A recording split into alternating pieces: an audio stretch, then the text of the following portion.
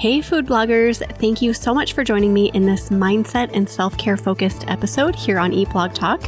One of the reasons I started Eat Blog Talk was to hold a space to talk about the importance of mindset and self-care. Being an entrepreneur can be a lot. If we are not taking care of ourselves, then getting actionable information about SEO, Pinterest, or whatever else is all moot. I will meet you back here every Wednesday to discuss various mindset and self-care topics, so you have the energy and space to tackle the rest.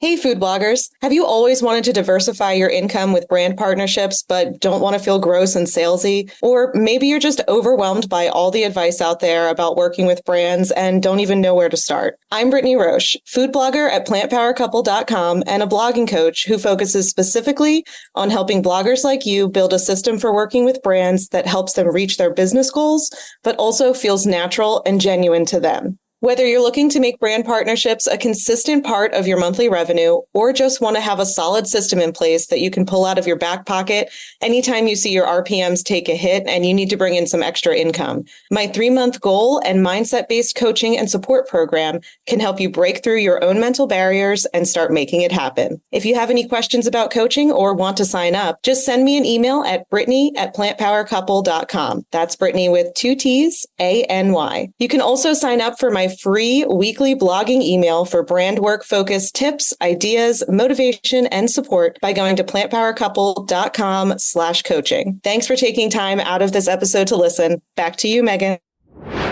Welcome to the first ever episode that is focused on self-care and mindset here on Eat Blog Talk. I'm going to try this format for a few months just to see how it's received and just see how it goes. So please give me some feedback if you like it, if you don't like it, and we'll kind of go from there. In today's episode, we are going to talk about 5 ways to pull yourself out of a funk. Now, by funk, I am talking about a life funk or a work funk. I am talking about those times when, for whatever reason, we just feel like someone is trying to pull us underwater by the ankles and we're having a hard time surfacing. I am not talking about depression or anything more serious. Obviously, that is something that you should bring to a medical professional. I just wanted to preface this episode with that disclaimer. Within the past year, I have experienced my own personal funk. I think a lot of us go through this from time to time. Unfortunately, it's just part of life. Especially post-pandemic, people seem to be a little bit more prone to getting into these slumps, which is why I think we should talk about it. In October of 2022, my mother passed away. That in itself obviously is a big deal, and it was a lot to process just emotionally. I had never experienced grief before the way that I experienced it with my mom, so I really didn't know what to expect once she died. And the months kind of afterward were really hard just because it was a wild journey that was not expected at all. I didn't really feel like working or doing much of anything besides just kind of being sad and grieving her loss. So that happened in October, and then Q4 came. So there was kind of the stress of Q4 with food blogging. And then winter came here in Minnesota. So I felt those winter blues come on. I had stopped exercising regularly. I wasn't really taking care of myself in the way that I previously had been. All of this was spilling over into my business. By January of that next year, actually of this year, I just knew that I needed to make some changes. But I knew I didn't have the energy to do anything drastic or big.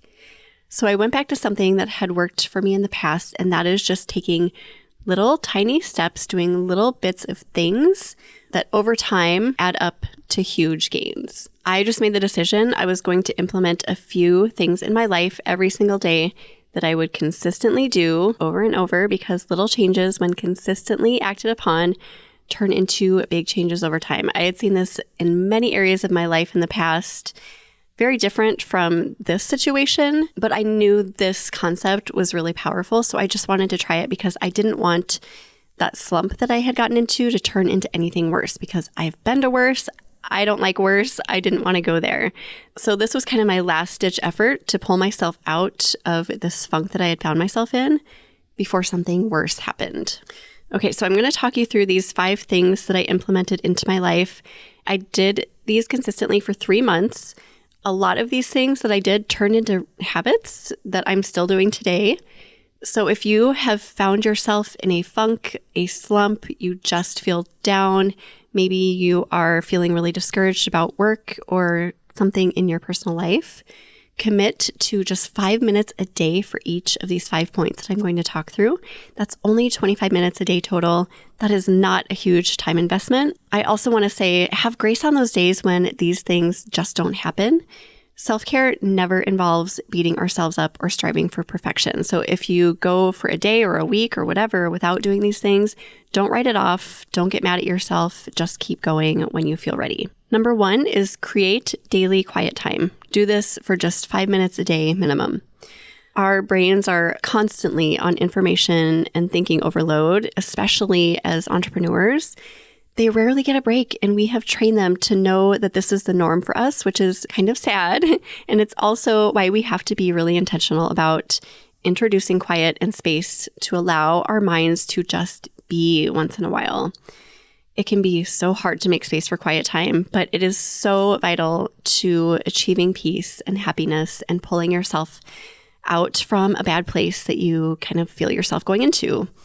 When I started implementing this into my days, I made it a part of my morning routine so I wouldn't keep putting it aside, because this is definitely something that previously I would excuse, like, oh, I'll do it later, I'll do it at lunch, I'll do it in the evening, but I just never get to it. So I decided to incorporate it into my morning routine, which was already established, and that made it really easy for me.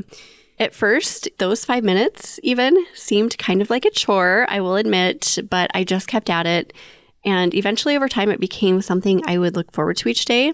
Now I actually crave that quiet time. A year ago, I did not at all. It was something I resisted big time.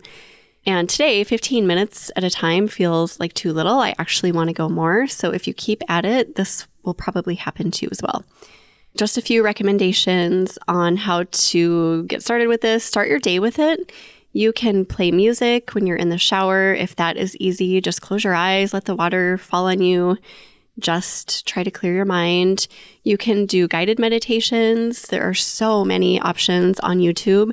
If you just type in guided meditation and then maybe like quiet or peace or anxiety or calm or whatever, you can just sit in a quiet place and listen to calming music.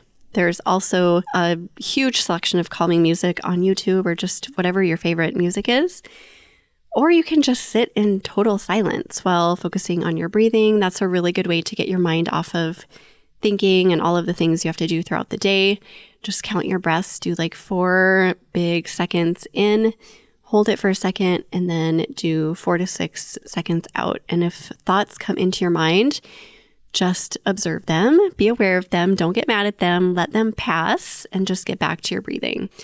You can also save this quiet time for a time during the day when you're feeling anxiety creep in. So that could be a trigger like, okay, I'm feeling the anxiety. I'm going to stop what I'm doing for 5 minutes, go to a quiet place, and just try to refocus, reset. Or you could do it right before bed. That does not work for me. I don't know why. I've tried it. Before bed is not my time, but do what feels easiest to you. Start with easy and build from there. Number 2 is upgrade one thing in your life every day. Making those small improvements, I call them upgrades, to your life can really add up over time in the best way. Whether it's an upgrade you're making in your house, your car, to your wardrobe, or maybe it's an upgrade to the way you're taking care of yourself or in the way that you show up for people throughout the day. Intentionally focusing on this every day is going to raise your energy. It's going to improve the way you present yourself to the world. It is going to increase your confidence. It will improve the quality of your life overall and your business overall. And it will slowly pull you out of any funk that you're in. Some examples of upgrades that you can make: you could declutter a closet, you can declutter your car, you can organize a kitchen cupboard or a junk drawer, you can replace old items such as holey socks or towels. One of my favorites is cleaning out old files on my computer or organizing photos on my phone. Everything just feels so much more free when I do that. Get a haircut or a color, paint your toenails or your fingernails, do something that makes you feel good about yourself. There are so many different ways to upgrade your life, and doing this regularly really does make an impact. When you're clearing things away that don't need to be there, it's a signal to the universe that new, better things can come in, including better energy. When you do this consistently, it creates a transformation that will help to pull you out of the funk that you have found yourself in. You could even start the day asking yourself the question, how can I upgrade my life today? Write down anything that comes to mind throughout the day, and before you know it, you're going to have a long list that's going to excite you because it's really easy to check these little things off the list, and when they're done, they feel so good. Number 3, this is maybe my favorite one, extend love to someone every day. Acts of love toward others is one of my favorite ways to get my mind off those times when I've fallen into a funk. It just feels good to love on other people. And there's that whole positive karmic energy thing that we want to release, so it comes back to us. We don't do it because of that, but that is the way that it works. Some ideas about how to do this, because we can get so in the groove of just living our life, living for us, living for our family, that it's a little bit hard to think outside of that scope. So I wanted to give you a couple ideas. You can send a thoughtful text to a friend, a family member, maybe a long distance family member that you don't talk to very often. You can send cards or notes to loved ones. You could even send notes to people that you don't even know very well, maybe an entrepreneur who you admire and respect and who doesn't know you yet, but you want to tell them how much they mean to you. When my mom passed away, she left behind all of her amazing artwork, and we found this huge box full of cards that she had painted artwork on. This is kind of ironic because my mom did not know many people. So I like to think that she made these cards for us after she left us to use. So I kind of saw that as such an opportunity to send love. Like, I'm not going to let this beauty sit in a box, so I've got to share this with the world. So I took that opportunity to just start sending cards. I would do it, I don't know, a couple times a week. I would pull out a card. I would just sit and feel inspired by who I wanted to send it to. The smallest gesture, even just a text message or a DM in someone's Instagram inbox, can go such a long way. Please don't minimize the power of this. There were times when I would send a 2-sentence text to someone and I would get the biggest notes of appreciation back. Number 4 is spend time creating something each day. There have been so many studies that have been done that have shown that creativity is an antidote to anxiety and sadness and all those icky things that we feel sometimes. So if you're in a funk, spend a minimum of 5 minutes each day being creative in some way. You can engage in creating some art if you have art supplies on hand, if that is your thing. There are so many avenues there: painting, drawing, knitting, crocheting. I mean, I could go on and on with that. You can get in the kitchen and cook or bake in a way that has nothing to do with work. If you love writing, you can sit down and do some creative writing. You can write poetry. If you love music, you can play music or just sit and listen to music that kind of stirs up creativity. That's something that I do sometimes as well. I have found personally, even as a creative person myself, that it can be really hard to make time for this. So I imagine if you're not a creative person, if this is not something that you've regularly done in the past, that it can be especially hard. I strongly encourage you to make time for it and do it, even if it feels super weird. You will eventually see those great benefits. Just be consistent with it. Number 5, practice gratitude daily. There is a massive amount of power in the simple act of gratitude for regaining and maintaining a positive mindset. Gratitude is the easiest, quickest way to pull yourself out of a funk, in my opinion. If this is something that does not come naturally to you, I'd encourage you to start your day by thinking about 1 to 3 things that you're grateful for. And do this before you even get out of bed in the morning. So you're laying in bed thinking, I have to get out of bed and start my day. That is your signal. That's your trigger, your prompt to go through some points of gratitude. And it really doesn't have to be many. Start with 1. I am grateful for my warm, cozy bed. I mean, it could be as simple as that. I am grateful that my husband got up this morning and made breakfast for our children. Whatever it is, say it, feel it, and then get out of bed. You could also have a gratitude journal sitting next to your bed that you could write in right after waking up, just jotting a few things down really quick if that is your thing. Something that I've gotten into the habit of doing is writing 10 things in my gratitude journal every morning. I only write down things that I truly feel grateful for. These things range from the delicious coffee that I'm sipping on, to the beautiful leaves on the trees outside, to thanking my body for being strong enough to complete the workout that I just did, to our comfortable home. If you are new to this, it might feel hard thinking about items of gratitude at first, but eventually you will have a hard time stopping. One really important thing to note here is that after I've written down my 10 gratitude items, I go back over each item and I underline them one by one with my pen while saying, thank you, thank you, thank you. I've heard that there's power in saying thank you 3 times.